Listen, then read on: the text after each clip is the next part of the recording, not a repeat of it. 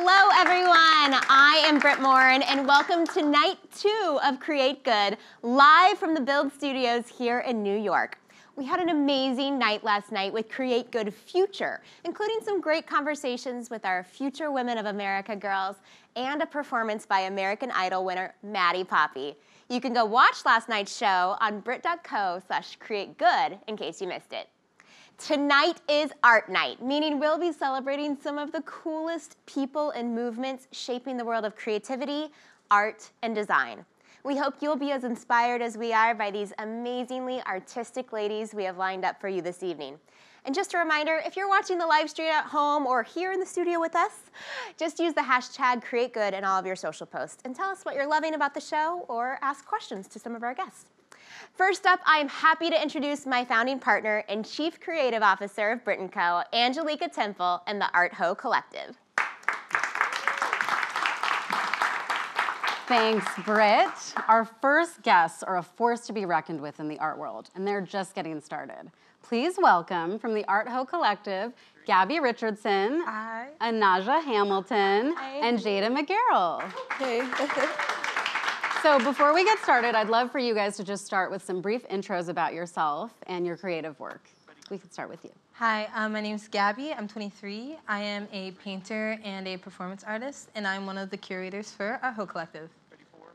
Hi, I am Anaja Hamilton. I'm 20 years old. I am a singer-songwriter, and I do the performance arts curation for the Art Ho Collective.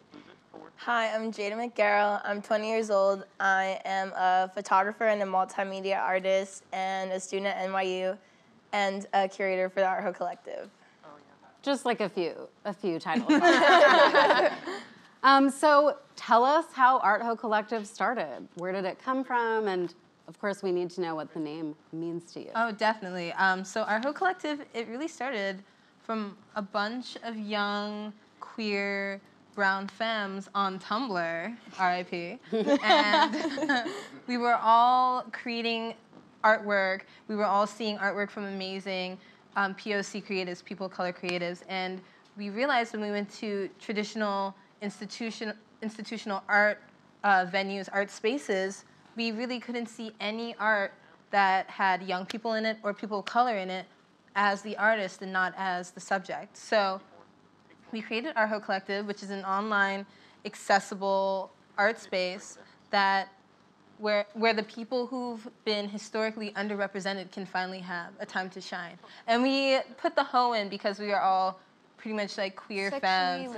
Sexually liberated women. And we've realized that being, a woman, just even feeling empowered by her sexuality, even if we're just sitting in a chair doing nothing, someone's gonna call you a hoe. Yeah. And so we decided to reclaim that term and use it as our own and put that into the collective because we are liberated, young, queer, femme women who just want to see art where we can finally see ourselves, not as the muse, but as a creator.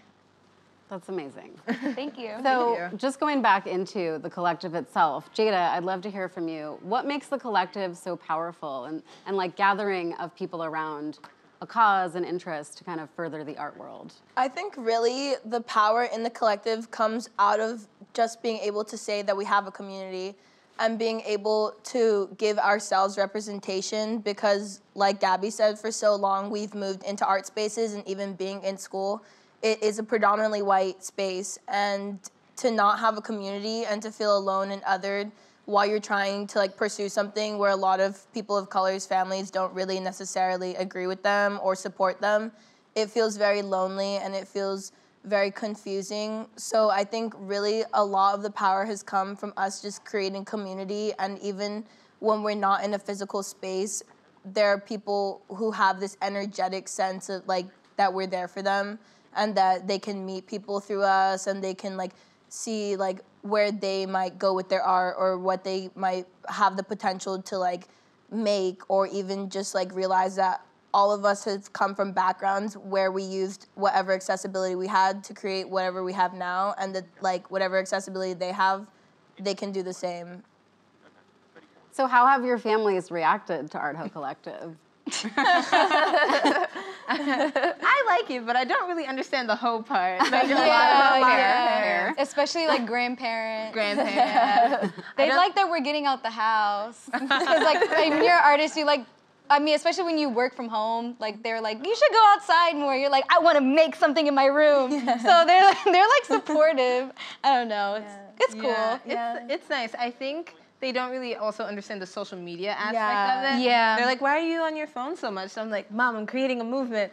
But, but I think it's not even really about, you know, the older generation. It's about our peers who we can really reach out and touch and make them feel empowered. And so at the end of the day, it's for them. Yeah. It's not about us. It's about the people who come and submit and want to share with us their stories. Yeah, and a lot of people's families don't really pay attention to what they're doing on the internet because, like, my family's all immigrants. They don't really know what I'm up to. They just know, like, I'm out here, you know, so they can't stop what anyone's doing. Yeah. So you've featured hundreds of your peers on your Instagram page. I think there's like over 1,000 pieces of art, which is amazing. Yeah. So Anaja, tell me more about what it's like working with so many different artists and sort of what are your least favorite and favorite things? I think it's absolutely amazing working with so many different types of artists and so many different types of works because you get to see how people perceive their experience. A lot of people put what they go through in their work, and a lot of people really do a lot of the same work. Like a lot of people write poetry, a lot of people do photography, but you can see it's so different from one another, the way people might execute their work. And I think our favorite thing is seeing how we reach people. Like when you create something, even if it's on like a minor scale, like if you just post something online, it's really insane to see like the interaction it gets. So to see the Art Hoe Collective like make such a widespread connection with so many people is really insane, and it's amazing to see that we have not only so much support, but we've created the safe space that we really wanted to have for artists who feel like they have no support at home or in their hometowns. And I think like the least favorite thing would be like, I don't think it's a least favorite part. I think it's a challenge. Yeah, there's challenges. Like a challenge would be like, since we're all young, it would probably be like staying on top of things, like, because sometimes we'll want to do everything at once and then we'll be upset because it's not happening at that moment, or we'll be upset that we're not able to step back for a second to like, you know, regroup. Sometimes you have to like have like a schedule to keep a balance. And I think it's harder to have a schedule when you don't have a conventional schedule. So you have to create one. Yeah. So I noticed that you guys obviously feature art besides just painting, sculpture, and the more traditional arts. Gabby, I'd love for you to talk to me a little bit more about why you guys made that choice and why it's important to you. I think as a people like step into the digital age, like the art, things that we view as art and things that can be viewed as art has expanded greatly. I think people can take a selfie and then draw on top of it, and that can be art. I think traditionally people view art as like paintings, marble sculptures, but I'm a big fan of performance art. People expressing themselves through so many different mediums. I think as a group, we felt like we've been boxed in for so long, and as we liberated ourselves, we wanted people to also feel liberated by their art. Also, I think, that a lot of what people consider art is really inaccessible. Exactly. And so in order to make art accessible to everyone, we have to consider more than just painting art. Not everyone can afford to go home and buy like, I don't even know, oil paints and then all the stuff and then buy canvases that are like $300, and not everyone wants to. And the discussion of like what is like high art and what is like craft has been very based in inaccessibility. So and racism. Yeah, and racism. So, like, we wanted to get away from that. Yeah. And I think one of the biggest things we stand by as a collective, if something can't be accessible, then it can't be radical. And that's one of the big pillars of the collective is accessibility, because I think we've tried to step away from the like technical institution of art and really break down barriers and make it so that the people who reach us are people who have a need and aren't seeing art as just like, oh, this pretty thing. It's something that is a part of their survival. Yeah, I think that's why we're also online. It makes it more accessible, especially, well, usually in the Western world, most people have a phone or like a laptop, and that's pretty much who our audience is, like young people who are always on their phone, who always love to look at different types of art. And if you have Wi-Fi, you can submit to us. So, Yeah. Please do. How would you say your art has evolved as you've been part of the collective? Have your narratives changed as you've been exposed to a lot more art in the world? I feel like being a part of the collective, it has not only made me more professional, but it's allowed me to get better at just talking to people. I feel like when you're an artist, usually you're considered to be like an introvert, maybe a bit weird. And I think that not only learning how to work with others and collaborating and learning how to do like things like this, like a panel and just like talking, it really gets your foot in the door. And I know it's hard to get your foot in the door, especially as an artist, if you have no connections, if your parents aren't already rich and famous, but you have to just go out and do it. And I think that's what the collective has really taught me, is to just do it.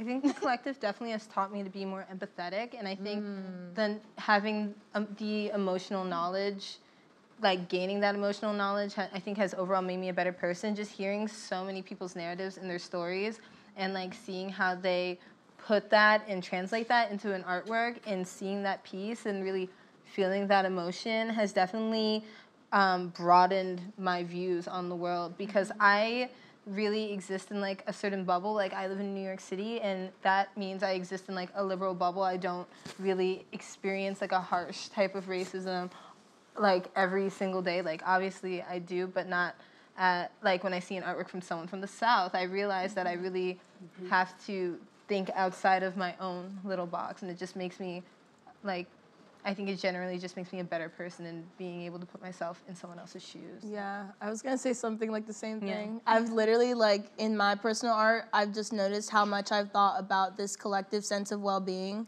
and like this sense of collectivity and the ability to feel empathy for someone whose experience that you don't know, but like someone who could be me. Like I could have woke up and been a Naja or Gabby or even you or anyone in the audience or watching the live stream.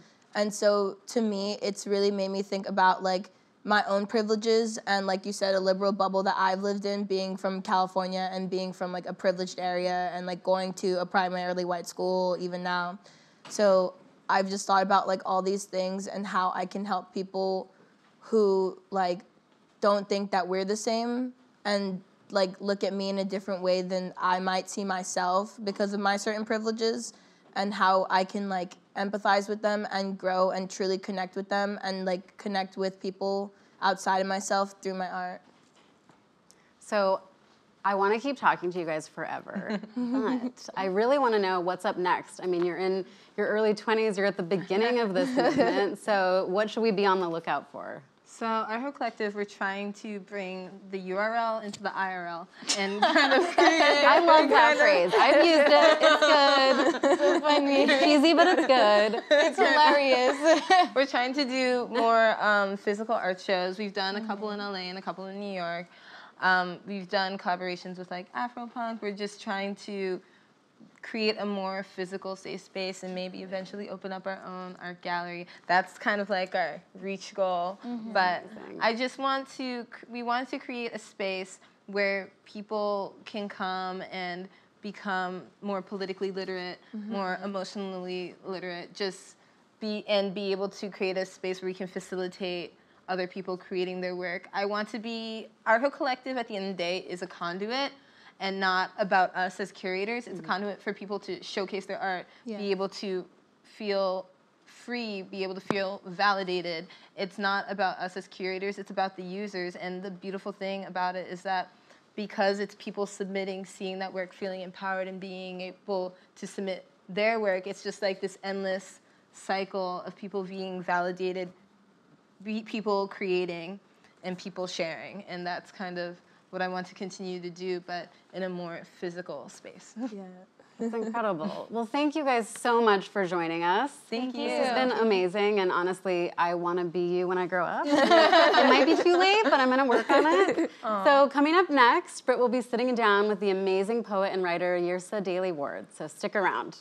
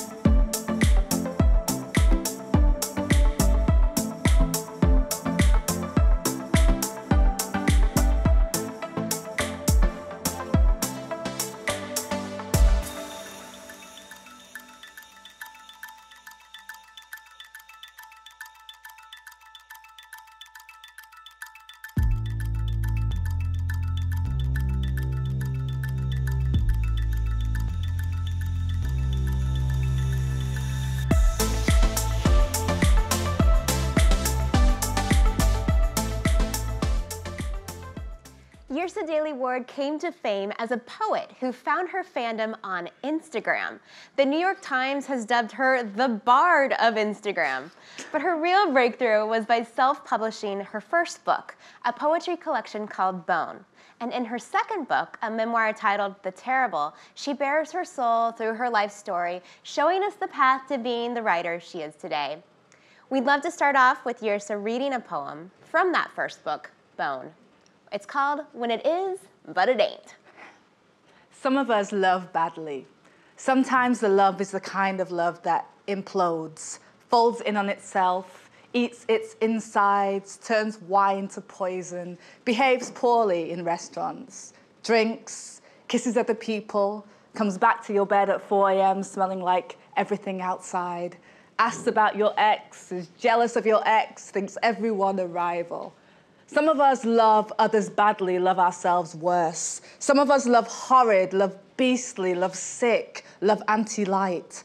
Sometimes the love can't go home at night, can't sleep with itself, cannot contain itself, catches fire, destroys the belly, strips buildings, goes missing, punches, smashes heirlooms, tells lies, the best lies, chases lovers into corners, leaves them longing, seasick, says yes, means anything but, tricks the body, kills the body, dances wild, and walks away smiling.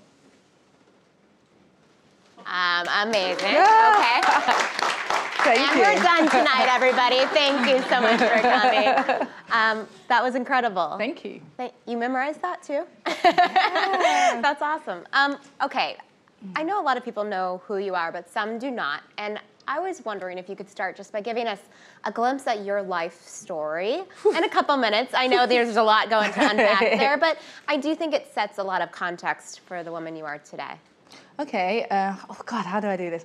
I am a storyteller, and so storyteller, lots of different forms. At the moment, it's taking the form of literature, but it's always changing. And I've just found in my life that that's just the way I feel the most empowered, you know? Like telling the truth about things that we all experience. Have you always been that way? Can you tell us a little bit about where you grow up? I haven't You always were a model for a while. Yeah, so I haven't always said it. I've always felt it, You've but I always haven't. felt it. Yeah, I haven't always, you know, decided to put it out there. But it's expression, just like modeling is, just like acting is. It's just different forms of expression, and we go through different phases. I've always been interested in performance, and as I said, in telling a story, and that doesn't just have to happen on the page. I was born in the northwest of England, a tiny little town called Chorley. I wish I had your accent. Do you? Yeah, I really? do. Yes, I did. Am I like too Australian in my No, you had it there for a second. I had it there for a second. Yeah, see? Guys.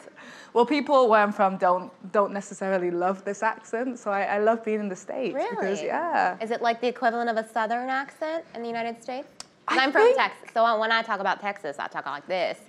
Yeah, it No? might be. Okay, I don't not so know. Maybe it is, maybe. Okay. Maybe it is. So you grew up in Northwest England. Northwest England, For yeah. how long?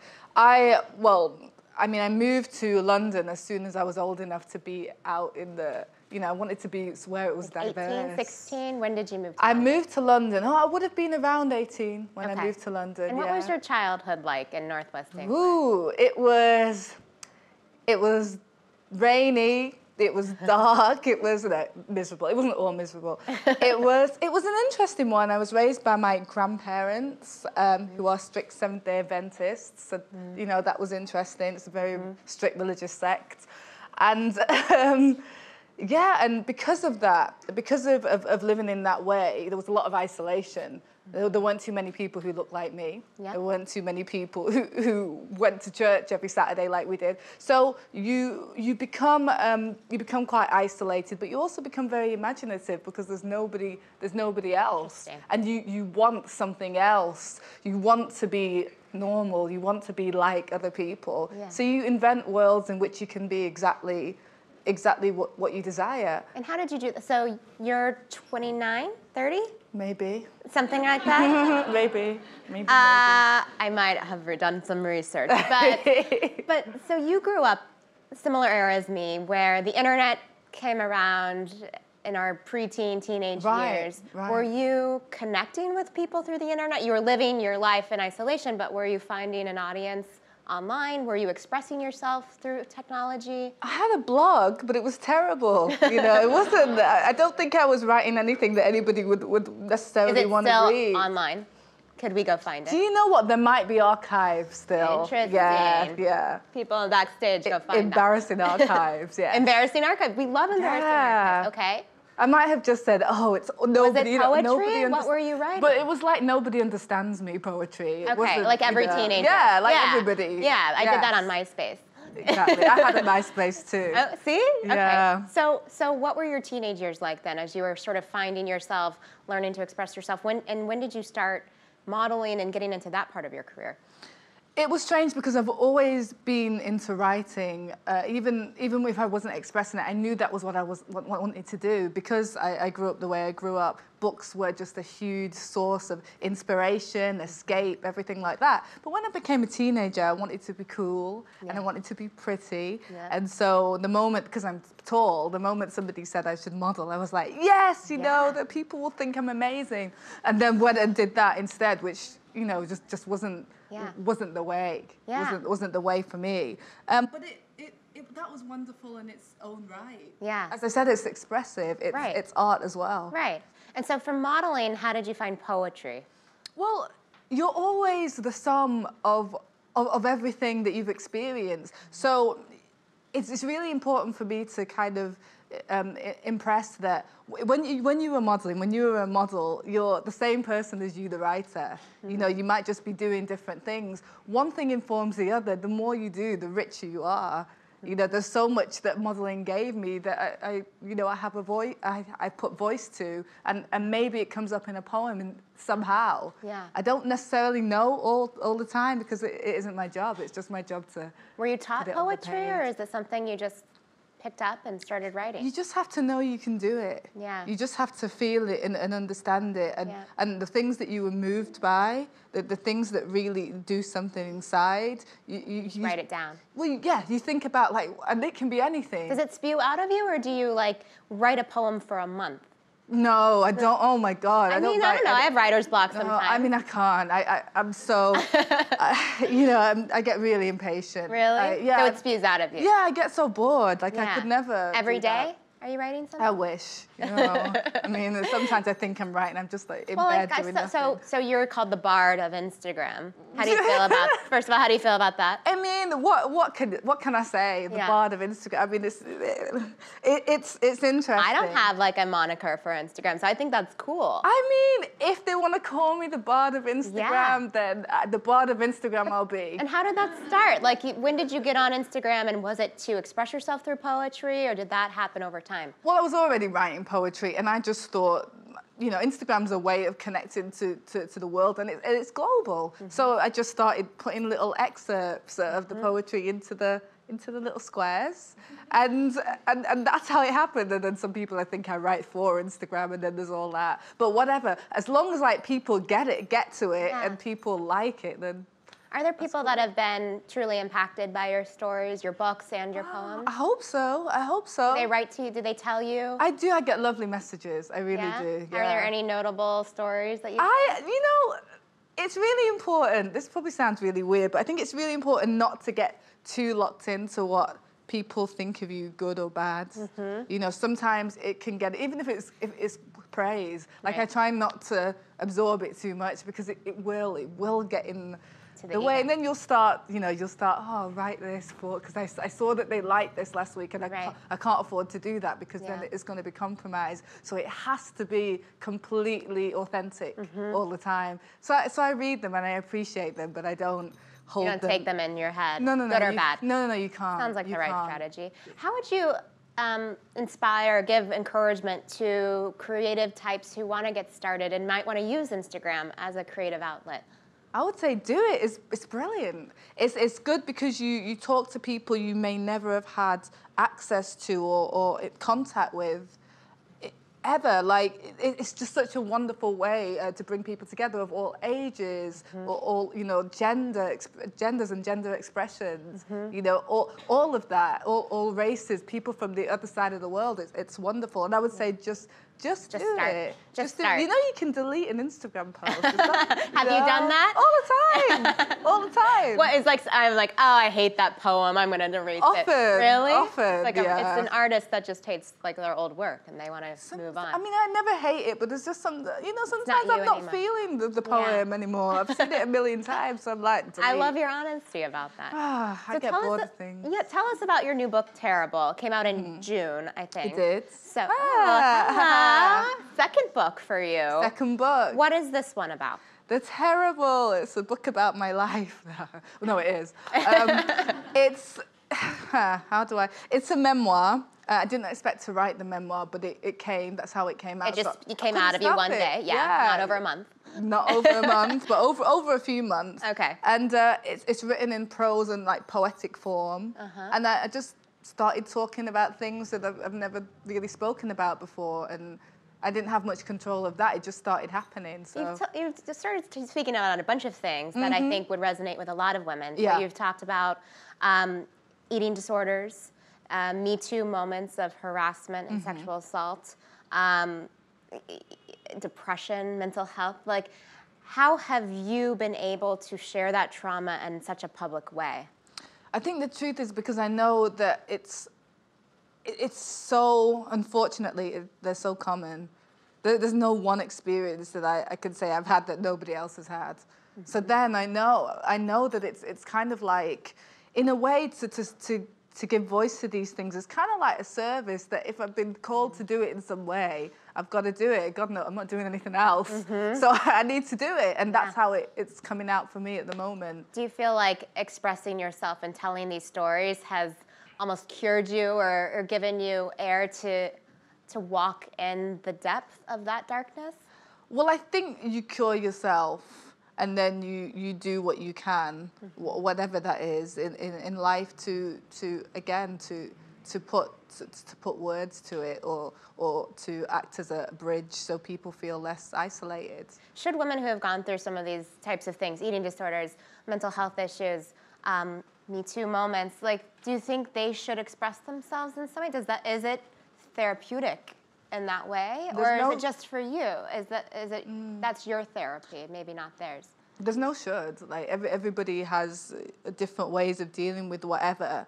I mean, for some people, it will come up expressing it like that. Some people will speak one-to-one and empower other people that way, or help other people that way. You know, for some people, it's in a classroom. Some people, it's entertainment. It's every person will have a different way to do that. Yeah. In our time at Brit & Co., I have seen that creativity, any form of creativity or art, comedy, poetry, music, dance, is therapeutic for so many people struggling with these issues. So I feel like it's very cool that you've expressed it in this way. Which brings me to asking you this. Who are you inspired by? Do you have writers or poets or other artists that you look up to? I'm inspired all the time by, it's like a myriad of things. Some of them are just people in my support networks, my friends. I'm inspired by my friends. I'm inspired by musicians, other writers. But it has to be, you know, it can't just be poetry. You know, I'm inspired when I'm writing poetry by people walking down the street, by the subway, you know, it can be a comedy, it can be a musical. You know, you have to, it's like building blocks. You have to put one thing on top of another. And it could be something that seemingly has nothing to do with your discipline, because it's important to, again, be rich and be full. And so looking in any one space will be linear, and you've got to take it from all around. I love that. Where are you in 10 years? What are you doing in 10 years from now? Maintaining your status as Bard of Instagram? Do you know what? Well, I mean, what will there be then? I mean, maybe you'll like... I don't know, like a new social network, maybe. Oh, God, but it's true, though. I think it's interesting what you're doing because, you know, Instagram, I'm pretty sure we all use today, and it has, in recent days, been given a negative perspective in the press with, you know, it's causing anxiety, it's causing FOMO, it's really actually discouraging a healthy brain and healthy attitude towards mental health, but you are using it to lift people up, to connect people, to express yourself. And so what is the power in that? And do you feel like Instagram or any social network will continue to be that connectivity tissue for you and your audience for years to come? Well, for me, any kind of like interconnectivity is, again, wonderful because you are speaking to people with whom our paths would never have crossed. So there's that. And yes, there's a negative. I mean, I feel it. I feel the anxiety of Instagram and all of the things all of the negative things that Instagram brings. I feel them. Yep. But it's throwing some stuff out there that is perhaps poignant. You know, is perhaps a bit of a mirror. Yep. It's just some. I was going to say lightness, but it's not always light. My content isn't always light. Yeah. But just something that makes you feel seen. Mm-hmm. Which is, you know, what we need. That makes you feel seen. Yeah, yeah. And as like a juxtaposition to all of this other stuff where you are kind of looked at, it's a different thing. Right. The depth of you is able to be conveyed through Instagram. Yeah. Yeah. The girl who grew up in Northwest England. Northwest, and the isolation is now one of the most connected people on social media. Yeah. I love that. Well, congratulations for you all so you've done. Thank you so much for being here with us tonight and sharing your story. All right, everyone. We've got some exciting news. Everyone in our studio audience today is actually going home with a copy of Yirsa's new book, The Terrible. It's really powerful, so we hope you guys enjoy it. And up next, Anj is back chatting with some incredible women who are sharing how design is changing the world. So stick around.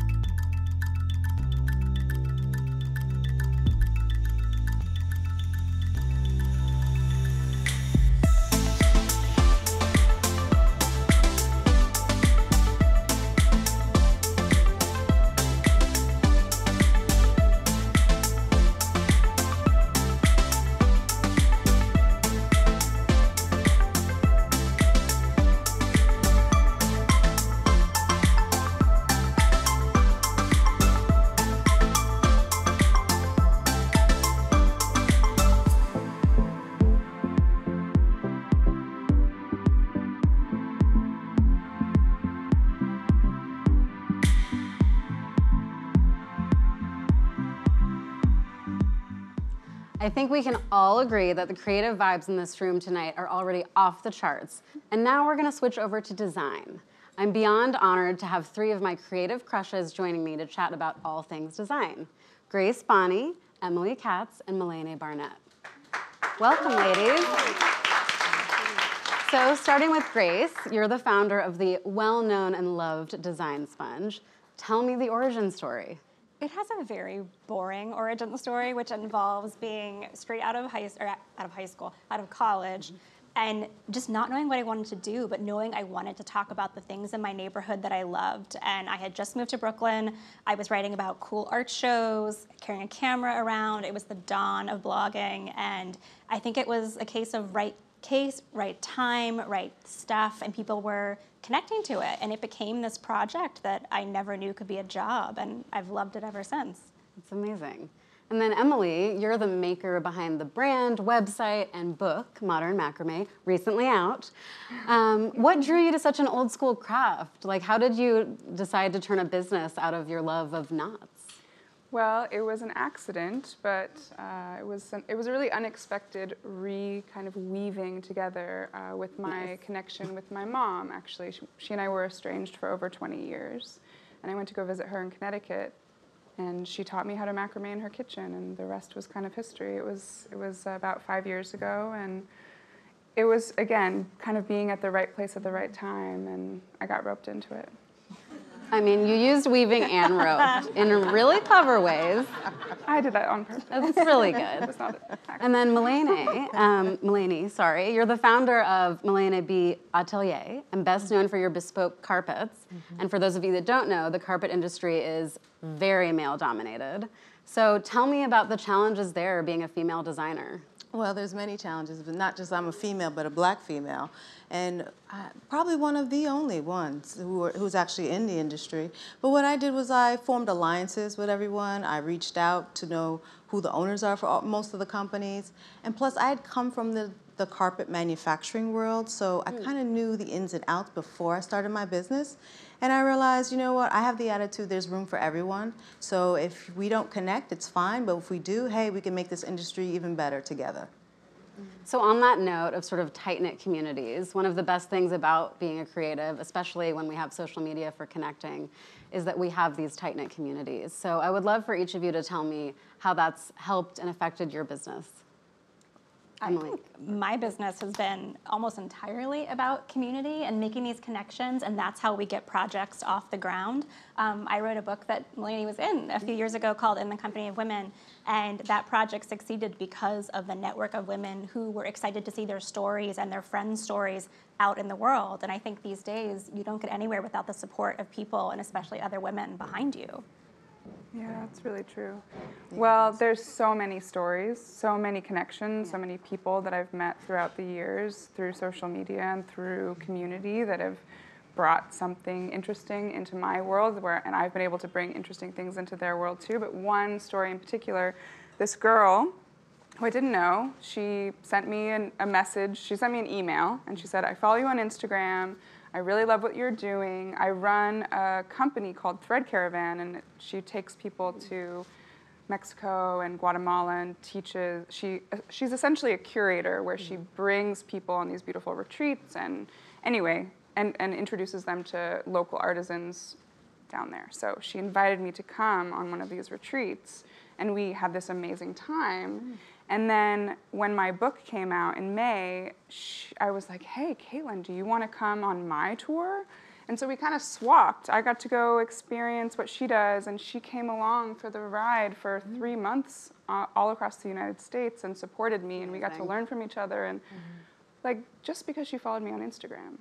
It was really cool. That's awesome. It's a really amazing way to connect in person. Yeah. For sure. I mean, as I mentioned earlier, I connected with a lot of the owners of rug companies, and I actually went through a business breakup early on in my business, and I wanted to start fresh. Like, I didn't want to work with the same manufacturers. I just wanted everything brand new, the logo, website. And when I was looking for manufacturers, I called one of my colleagues. She's also a rug designer. And I just asked her, frankly, I said, do you mind sharing who makes your hand-knotted rugs? You know, and she was like, sure, here it is. And so because we know it's a small community, and, you know, it wasn't about, oh, I don't know if I should give this to you, or it's a small community. And so because of that, it helped me to jumpstart the business again. So social media, obviously, has helped us evolve in our creative fields, from Instagram to Pinterest and even Snapchat. Grace, you started Design Sponge when social media did exist, but just barely. How has it sort of helped and even hurt your vision? It's ruined everything. It has been such a blessing and such a curse. Yeah. It has been such an incredible way to connect, namely with new artists, with people who I would not have found any other way, who have been so inspiring, who've become members of our team, which is amazing. It's also kind of ushered in the idea that crediting and where things come from isn't maybe as important as it used to be. So that's been an uphill battle, I think, for a lot of makers and creatives who want their work to be in the world, but want people to know who made it. So it's been a challenge, but I think with social media, you get out what you put in. So for the most part, we try to focus on positivity and crediting and sharing stories that we think will help people. And in general, that's what you get back. Yeah, that's awesome. So now we're going to do a little bit of a fun one. which is what trends are you currently obsessed with and which ones do you hate? I'll start with one I hate, which is the pattern chevron. It's like the default pattern, and as someone that's obsessed with patterns, I get a lot of chevron gifts. Look at your dress, I know. though. There's a little bit of chevron, but it's like more woven, it's a little tight. So anyway, turning it over to you guys. What do you love and hate? Well, we were talking about this in the green room. And, you know, it's interesting in design, right? There's some people have certain feelings about Jute rugs, oh, please. Ooh, We both have a jute rug. we do. Okay. We Over both, that. we Those both, of you that don't know, that's related to rope. right? It is related. Hey, no. Actually, there's a jute rug in my book, but It's like your combination. Yeah. I know. but we were talking. But just add some color and pattern. Like, I mean, She has a point. different I with feel the you. fiber. I mean, she is a rug. Is. I still am. Yeah, I still rug am. designer. yeah. So But okay, it's then. plain jute rugs, okay? Yeah. Plain. Just add some color, add some pattern. Just like a little color block. Maybe a chevron? Ooh. But we were saying beforehand, all of us feel like the only thing we hate are rules and the idea that something is in or out. Because, enough. you know, if you want to keep a calm poster in your house and that makes you happy, put the keep calm poster in your house. Like, as somebody who runs a website where people like to leave opinions on people's houses, I know how much it can really hurt people to hear that they think someone's, you know, house is passé or out of style. But Yeah. if it feels good to you, for me, that's what design should be. It should be something that makes you happy in your space. Yeah. Like I'm like, fill it with plants. All the plants. They never go out of style. They never go out of style. No. That's true. So. So going to sort of the advice column section of our panel, I would love, Malene, for you to talk about what's the best advice you ever received while growing your brand? Well, early on, I had pitched investors for the possibility of actually getting money. And, you know, like, oh, that's like, oh, a new idea. Now it's like the thing, you know. But back then, you know, I was like, okay, yeah, I could do this. You know, try and get this money. She said to me, you know what, like, girlfriend, don't take any money. And I was like, really? She says, no, because you have the type of business, if you just continue on along your course, when you make that deal, all the money will be yours. Why give away any piece of it early on when you don't know? So just wait. She said, just hold out. And you know what? I'm so glad that I stuck with on the course and I listened to her, because now I don't owe anybody anything. And I still could get to do whatever I want. Yeah. So. And Emily, what advice do you have for young creatives who want to turn their passion into a business like you have? Even if it's a surprise passion. Yeah, well, I would say be very sure. Be very sure and really know that your passion and this thing that you want to do is what you want to spend every minute of every day of your life thinking about for the next however many years. And also to not be afraid to evolve. I think that that's something that I and many other creatives that I know right now are thinking a lot about, where we are named this thing. We have this kind of, I am this thing, and you know me as this thing, but we're multidimensional. And so why not why not feel like you can, you know, give yourself the permission to evolve. And don't be afraid of a side hustle. Yeah. I think Totally. that sometimes Yes. people get stuck in this idea of you must quit your job and fully do a creative project all the time. But sometimes that's too much pressure on a new business. And you don't want your business to fail just because it wasn't set up well, or maybe you don't have all day to do it. So there's nothing wrong with running a creative business or an art project on the side. If that makes you happy and you get to do that thing even part-time, that's a success. Yeah. Well, you know, I feel like there are a lot of blocks that stand in people's way when they're trying to figure out what they're going to do, whether it's on the side or they're going to quit their job and do this thing. How do you guys get past creative blocks? Like, do you have some advice to share, tips and tricks? Malene, Yeah, I mean, when I have a creative block, I just walk away from the block and I call my girlfriend. I like, it's time to just talk about whatever. And actually, I'm usually sketching while I'm on the phone with her, but she doesn't realize it. And so we're talking about something else. So it's just the idea of taking my mind away from what the issue was and just going with the flow. Because sometimes when you're on your work, you can't see it. And, you know, by doodling and chatting, and then I'll say, oh, guess what? I gotta go, got an idea. And then it just, you know, and we'll continue on later because we're girlfriends like that. Yeah. I think that that also is something as a small business owner and artist that so often people think you have to always be producing and always be creating and always be in the external active making mode. But you don't get your best work through that. I know that I don't make my best work. After my book tour, could have really used like a whole month of just literally doing nothing. Yeah. You don't always get that time, but I think that taking that space is a really great way to get through the blocks. Yeah, and I think right now we praise busyness as this incredible quality when I think efficiency is the quality that maybe we should be looking at a little bit more because working smarter, not harder, it's such a cliche, but it's important because if you want to have a business that is around for a long time, you have to take care of yourself and you have to take care of your business and you can't innovate and evolve if every waking hour you are constantly on social media, constantly launching something new. That's just not practical. So you have to take care of yourself. Yeah. But Angelica, I just wanted to add something about, you know, the advice to anyone who's interested in starting a business based on their passion. I always tell people, make sure that your household, the roof over your head is secure. Because as a creative person, if you have things going on in your house where maybe you can't pay your rent or, you know, there's no financial stability, that's just going to stifle the creativity. And I always advise everyone to get that in order first, so then you can be free to create whatever it is you want. All right. And finally, what all your fans want to know is what's up next? What should we be on the lookout for each of you? Well, like Emily said, we are multi-dimensional. Yeah. I have submerged myself into clay now, and I am involved in a residency for the next 4 weeks, and I'll be coming out with a whole collection of hand-built vessels, and I'll be continuing my practice. So stay tuned for more pottery, vessel, clay art, as well as bespoke carpets. But clay and sculpture, you're going to see a lot from me. Cool. I can't wait. I am really excited after having made this book and spending 5 years practically in developing this process to getting back to being an artist. And the sort of rhythm of the way that my business is running is really starting to work on its own.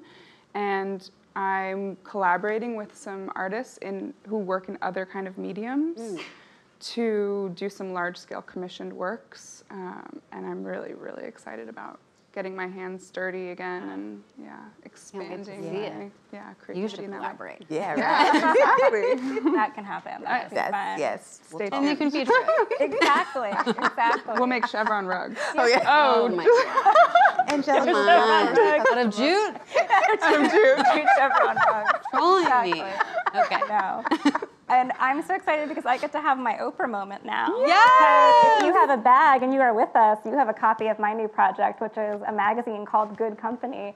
And my first love will always be design, but right after that is just stories and the people behind these things. And so I wanted to create a publication and talk about the people behind all of the creative projects that we love, like everybody here. And so our new issue is on stands now, and it's a podcast as well. So if you love design and creative people and want to know more about how they get things done and how they get through creative blocks, that's what we talk about in Good Company every week. So cool. Thank you so much. You guys are amazing. Up next, we have a dance performance, so you're going to want to stay tuned.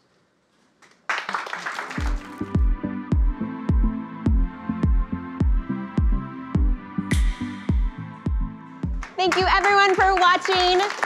And don't forget to share what you loved about this show with us on social media using the hashtag #CreateGood. Special thanks to the Build Studios for hosting us here tonight, and thanks to you guys here in the studio, and all of you at home for tuning in. Come back tomorrow for Create Good Hustle Night, where we'll be chatting with entrepreneurs like interior design star Genevieve Gorder, Allison Olivia's Stacey Bendette, who made this, and comedian and author Phoebe Robinson. Have a great night, everyone.